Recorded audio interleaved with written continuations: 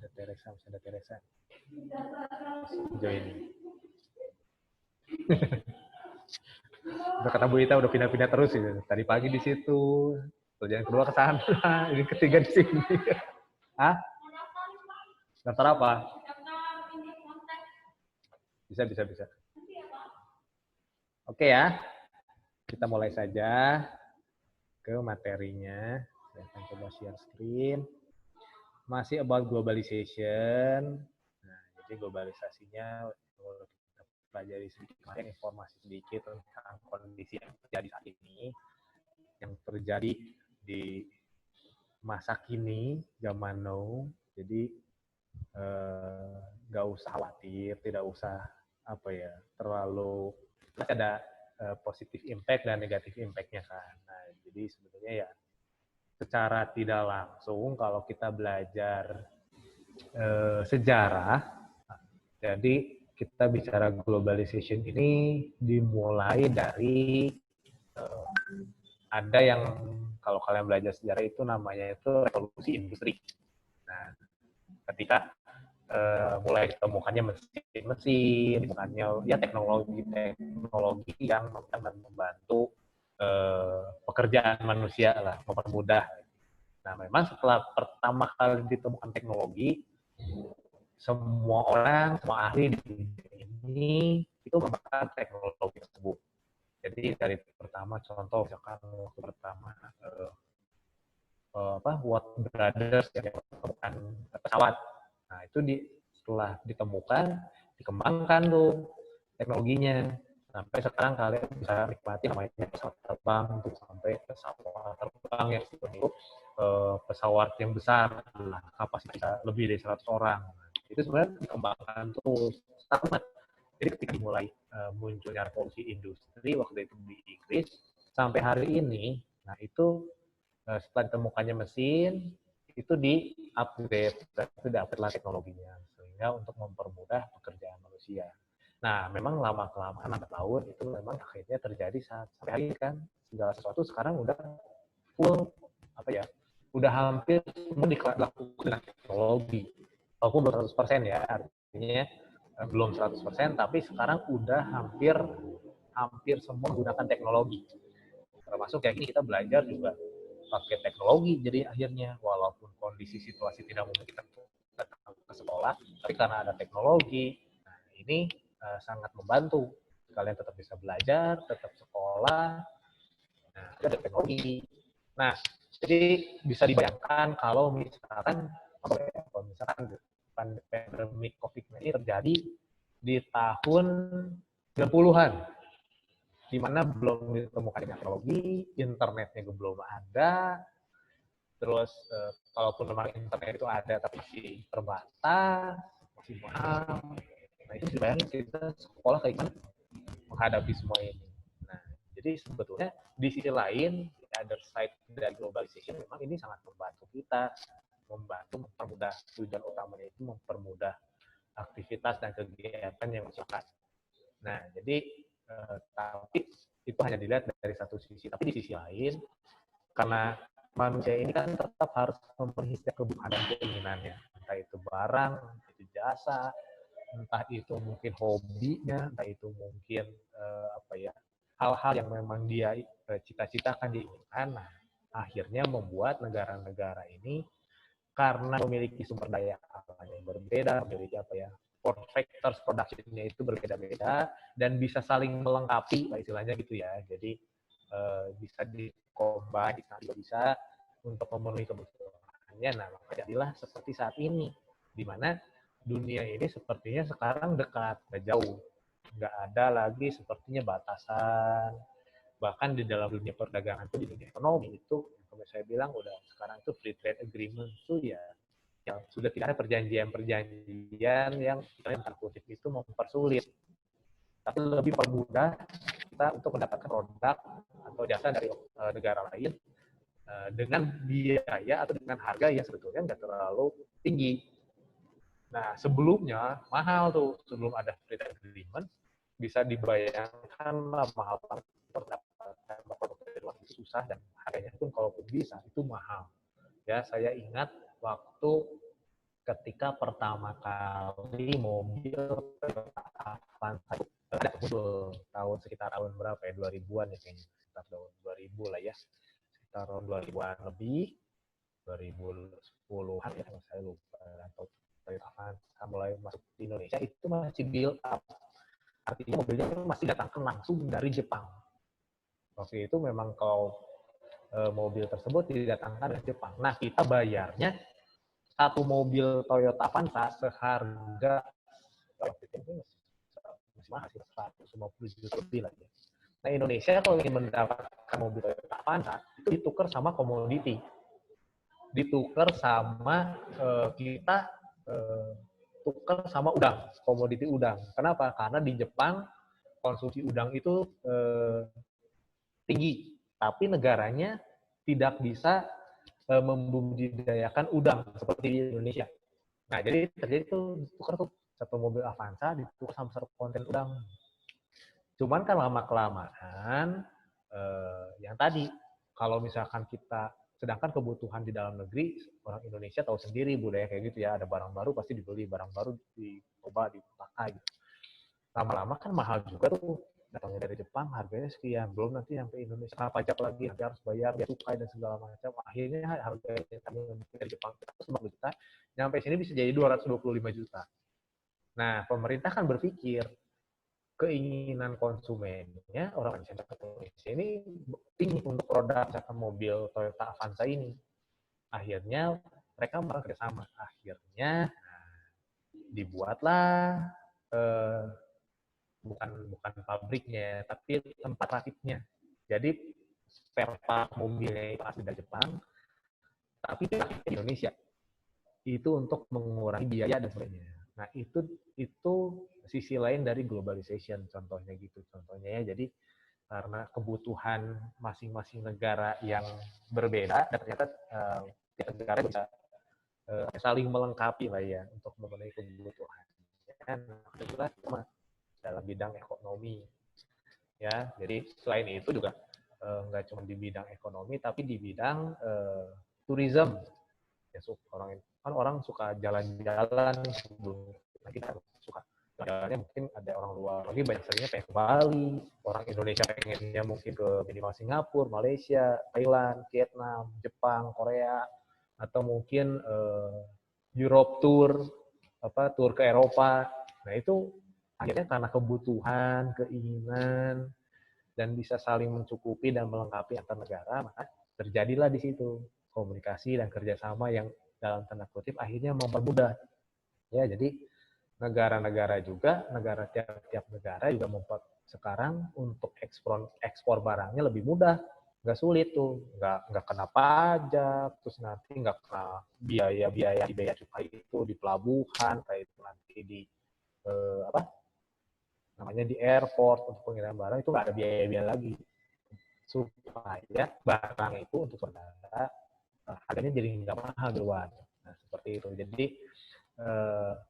resultnya ini kan kita bicara tadi kejadian-kejadian yang ternyata itu yaitu akhirnya seperti ini. Lebih mudah. Jadi resultnya ada beberapa jenis. Pertama, more choices and more prices.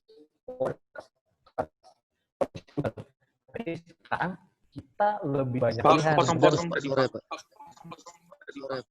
Kemudian sekarang masih nggak? Atau masih putus-putus?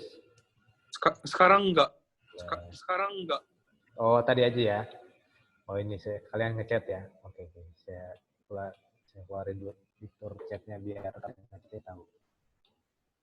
Oke. Kita nata dulu.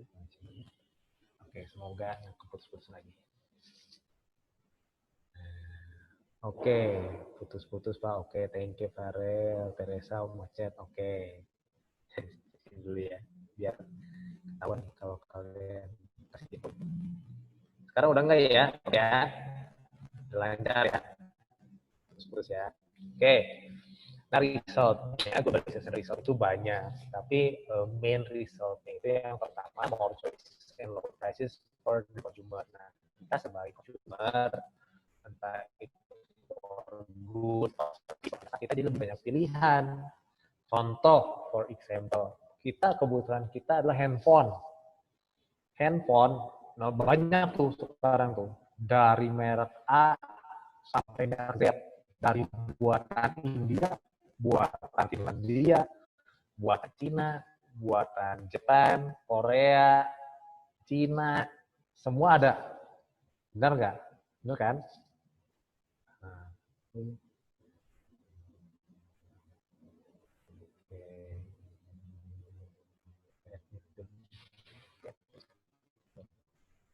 ya, jadi kita banyak pilihan tuh, more choices.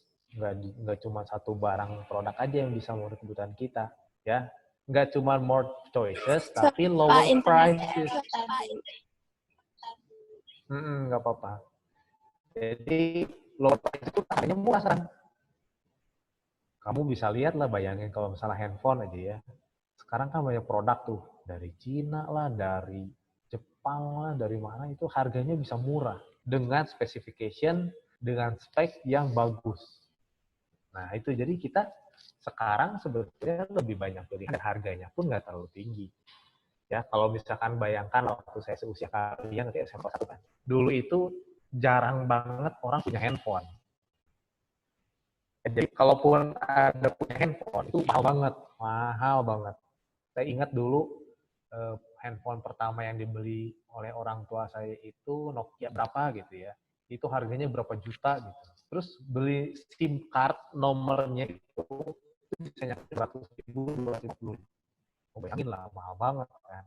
Nah, tapi ternyata semakin ini teknologi semakin di develop, teknologinya produk masuk, akan provider dari luar pun masuk, kayak contoh Tri, itu kan dari Singapura. Terus ada beberapa provider yang masuk. Nah, itu mempermudah dan membuat pilihan lebih banyak serta harganya pun lebih terjangkau. Terus yang berikutnya, businesses look into more ways to become more efficient.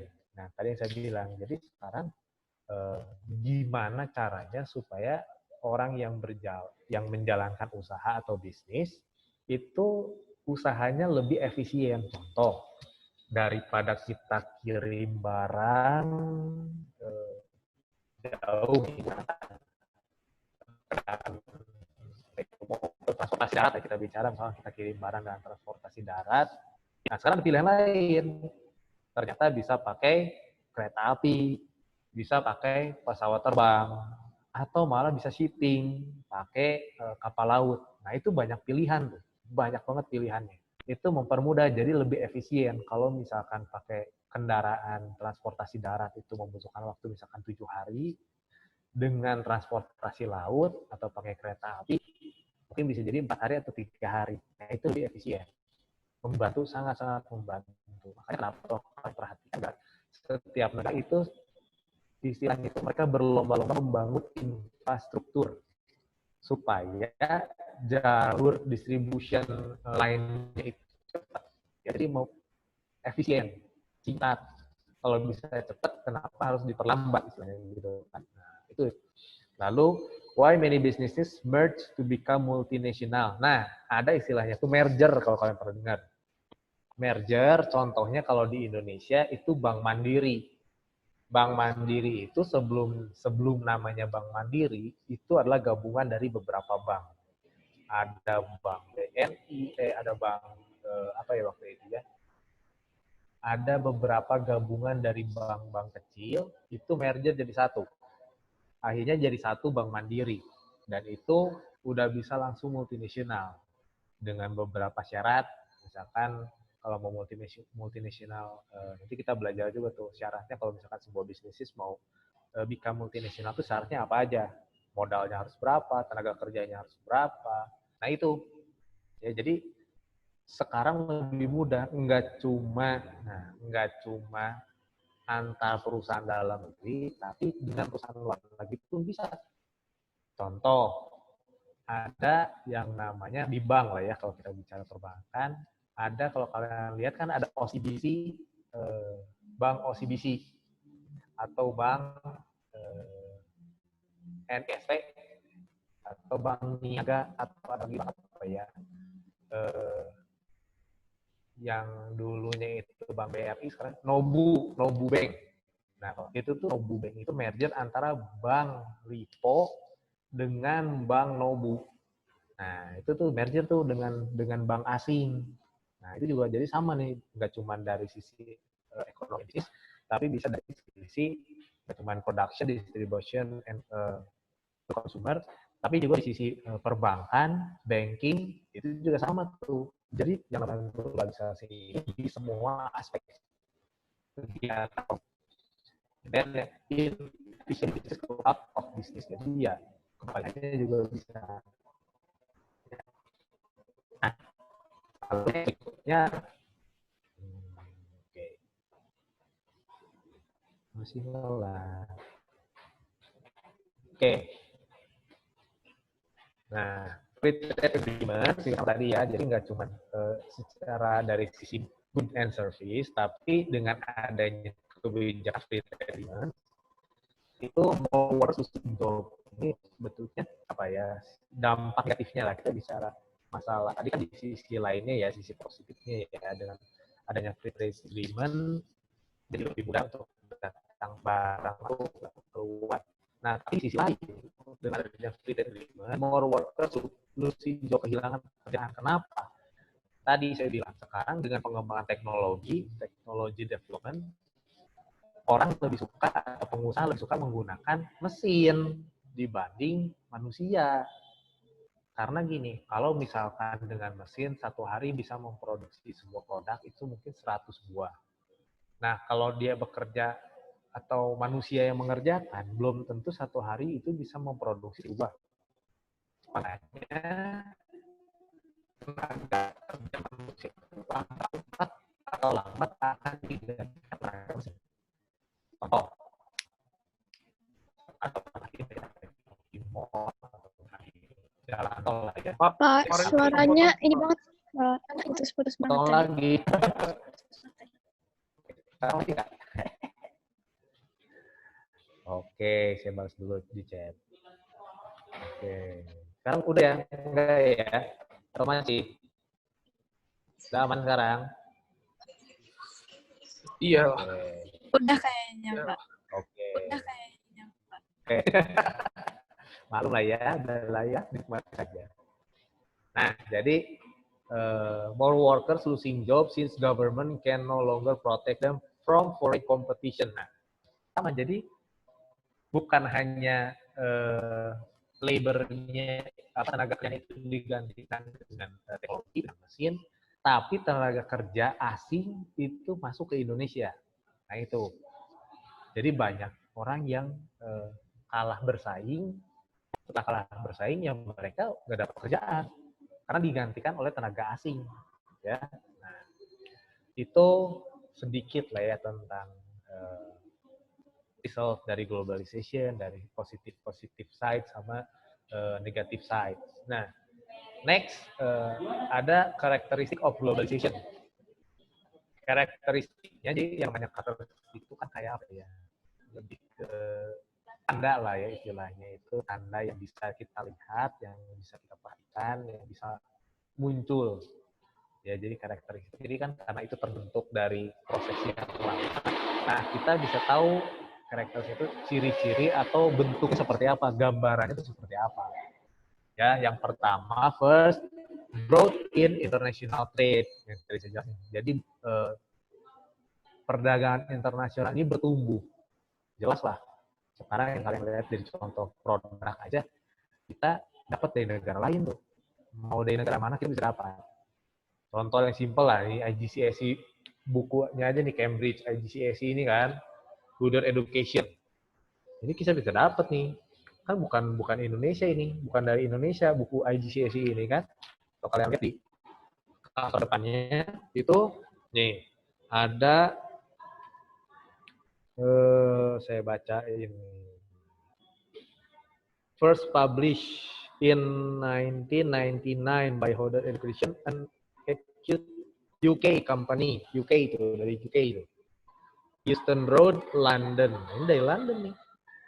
Second edition sampai ke fourth edition ini. Terus, tapi walaupun dia dipublish di London, sampai ini kan, buku-buku kalian ini kan. Dia printednya, dia ngeprintnya itu di Dubai. Kalau kalian baca lihat di buku itu. Walaupun ini di publishnya pertama di UK, di United Kingdom, tapi printednya di Dubai. Kenapa? Karena mungkin saja buku ini biaya printed di UK sama di Dubai itu lebih murah di Dubai. Makanya ini dilakukan kerjasama tuh antara UK dengan Dubai. Apalagi kalau misalnya kerjasama sama Indonesia, mungkin bisa lebih murah lagi. Bagus kan terbajak. Ya, janganlah tapi ya. Itu mah negatif impact-nya ya. Nah, itu kayak gitu tuh contohnya nih dari sisi bukunya ini seperti ini tuh. Ya, publish in UK tapi printed in Dubai. Nah, itu tuh. Jadi growth in international trade. Jadi yaitu perdagangan internasionalnya bertumbuh. Semua negara melakukan international trade.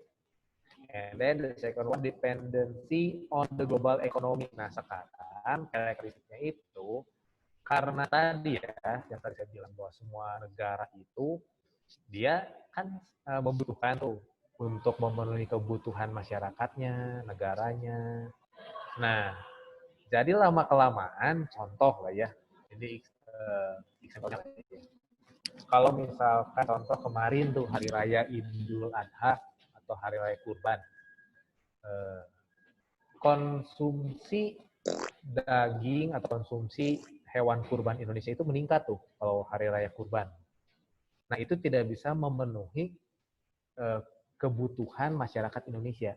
Akhirnya, nah ini, karena Indonesia ini kekurangan, kan dia melakukan kebiasaan. Kalau itu sekali, kalau sapi, negara-negara New Zealand, nah itu akhirnya karena kekurangan pasti akan impor untuk daging kurban dan hewan kurbannya. Tapi kan lama-kelamaan, ya gitu, karena kita tidak bisa memenuhi kebutuhan kita, lama-lama kan jadi tergantung tuh sama negara tersebut kan. Jadi kalau nanti someday ternyata negara tersebut nggak bisa support ke kita, nah itu akan mempengaruhi perekonomian kita. Makanya karakteristiknya itu tidak cuma international trade-nya grow, tapi membuat setiap negara ini jadi bergantung satu dengan yang lain. Terutama negara berkembang, pasti akan tergantung ke negara maju. Contoh lagi simpel. Indonesia ini kekurangan atau selalu impor beras dari Thailand. Tergantung sekarang. Karena kita tidak bisa memproduksi, tidak bisa memenuhi kebutuhan dalam negeri. Akhirnya harus impor.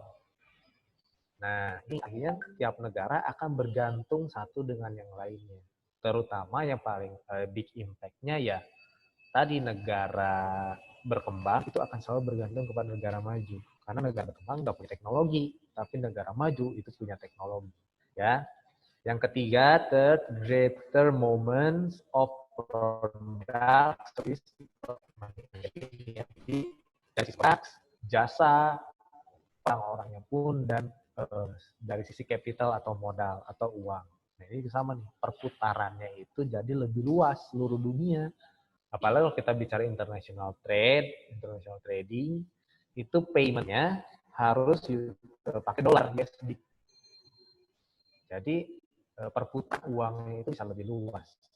Ya. And then company operating in more than one country, ya. Jadi bisa juga si perusahaan-perusahaan ini bisa mengoperasikan usahanya itu di beberapa negara. Bisa buka di, kalau misalkan kalian nanti kan kemarin kan itu yang datang investasi di Indonesia atau memang ternyata mereka buka perusahaannya di Indonesia. Banyak global sama. Jadi ada produk-produk karena tadi distributionnya itu worldwide, seluruh dunia. Nah, jadi ada produk-produk yang secara seluruh dunia itu istilahnya logikanya gitu gampang. Di semua negara itu ada produk-produk yang pasti di tiap negara itu ada. Nah, banyak tuh. Karena kan jangkauan distribution sama si konsumsinya juga kan lebih banyak, orangnya lebih banyak, negaranya lebih banyak ya. Jadi yang paling simpel lah ya, yang paling simpel banget ini kan ada beberapa waktu lalu permen kopi buatan Indonesia ini bisa nyampe ke Rusia. Kalau kita bicara jarak Indonesia Rusia itu jauh banget kan. Nyampe Kanada, ujung bahkan nyampe ke bulan kan, itu si permen kopi itu nyampe bisa ada di bulan. Gimana caranya coba di satelit.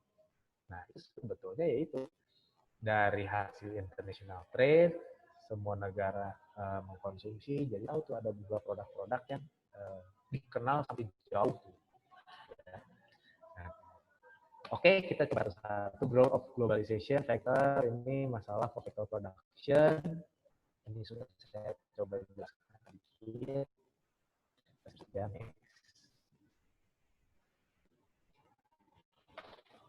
Ini juga about free trade agreement, ya. For example, Asia Pacific Economic Cooperation atau APAC, Association of 21 countries to promote free trade throughout the Asia Pacific region. Nah, jadi walaupun sepertinya free trade bebas-bebaskan untuk jual beli tiap negara, tapi tetap harus ada yang namanya sebuah organisasi yang mengatur.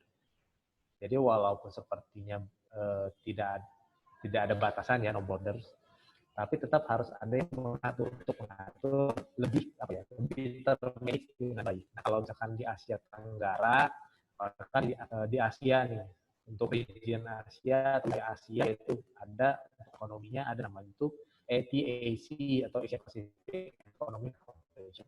Ada Pak, Putus lagi, Pak. Lagi. Nyampe mana ini tadi? Putus-putusnya sampai mana ini? Sampai mana? Putus-putusnya.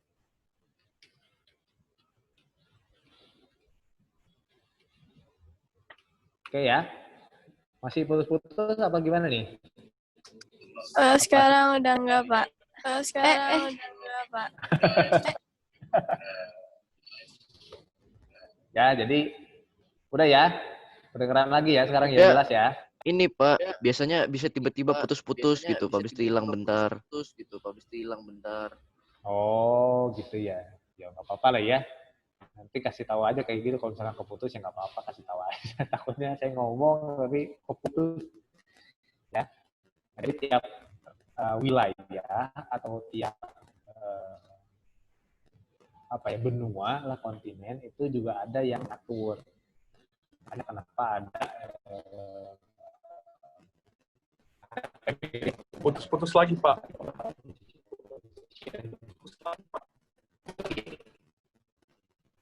Oke, kalau ya.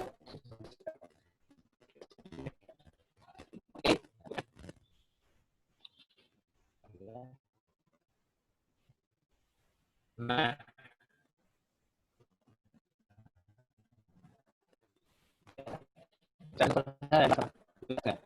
Pak, putus-putus parah, Pak. Masih putus-putus.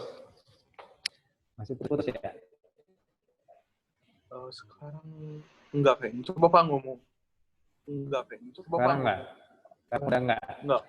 Masih aja, sama aja. Enggak. Wi-Fi-nya kenapa kayak Sekarang udah coba 5 menit lagi. Wi-Fi-nya kenapa kayak gini? Ya, malu kali kalau sekolah kan Wi-Fi-nya pakai banyakan. Ya, jadi kita coba jelasin 5 menit lagi ya. 5 menit lagi. Ini about position, opportunities, and threats. Jadi ada peluang, ada tantangan. Nah, jadi increasing free trade and the rising mobility of labor and capital, for example, the growth of multinational corporation, is having many effects on businesses all over the globe. Nah, some of these effects are positive, and some are potentially negative, atau yang disebut threats. Nah, ini ada beberapa nih. Ya, there are, ya, bisa di ini soalnya 3 nih, tapi kalau di buku kalian ada 4, bisa lebih lah, banyak. Tapi intinya saja ya, for the opportunities, tadi udah jelasin sebetulnya businesses can access more markets, which may lead to increase in sales. Jadi tadi karena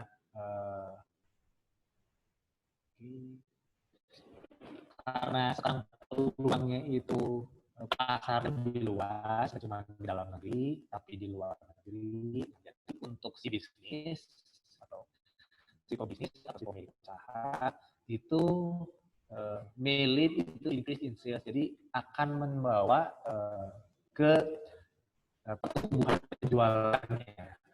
Jadi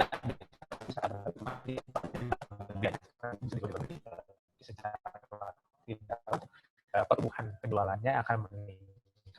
Ya. And then labor may be cheaper in host nation, and so businesses gain from lower cost. Nah, jadi ya tadi dari sisi labor atau si tenaga kerja lebih murah, ya ternyata bisa lebih murah. Contohnya kenapa yang saya bilang, saya kira kenapa sih tenaga kerja banyak di Indonesia? Karena bayarnya murah dibanding orang Indonesia. Orang Indonesia udah dibayar mahal, banyak mau kita kriteria rata kerja orang Indonesia. Tapi kalau misalnya di Cina dibayar murah, terus dia kerjanya rajin. Putus paha. Jadi kerjanya rajin. Kerjanya rajin, dia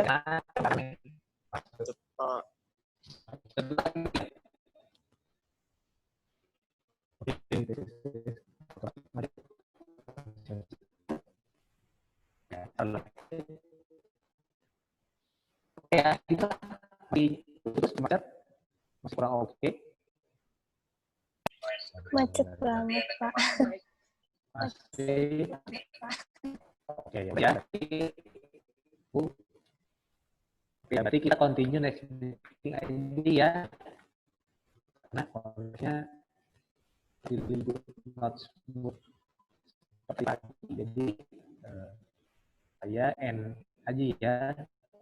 Meeting ya. Kita continue next meeting aja ya. Coba lewat chat ya.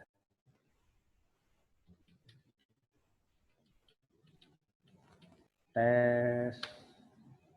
Nah, oke ya. Benar ya. Jadi kondisinya ya, semua berikutnya. Ini kan coba nih sebelumnya kan kemarin itu kondisi yang tidak memungkinkan di sekolah ini dengan koneksi internet. Jadi konten-konten masih kurang oke. Saya lagi banyak. Biasa saya tengok di ini pastinya udah oke. Oke ya, kita ketemu next lagi ya. Saya belum tugas karena materi belum selesai, jadi kita continue next week. Oke, kita tengok. Minggu depan atau Thank you, Pak. new meeting? Oh, minggu depan. Oh, minggu depan. Depan, kita cuma minggu sekali. Jadi kita ketemu lagi aja. Begitu kan sebenarnya seperti ini, ya habis semua istilahnya apa ya, yang bisa aja lagi ya. Jadi nanti kondisinya kita tuh, yang penting kalian bisa belajar terus sedikit tapi menguasai. Ya, itu ya kita ketemu meeting aja. Oke, Pak. Thank you, Pak. Oke, ya. See you. Thank you, Pak. Thank you, Pak. See you. Thank you, Pak. See you.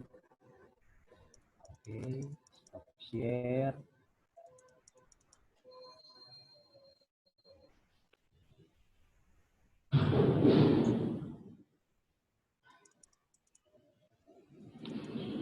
Meeting.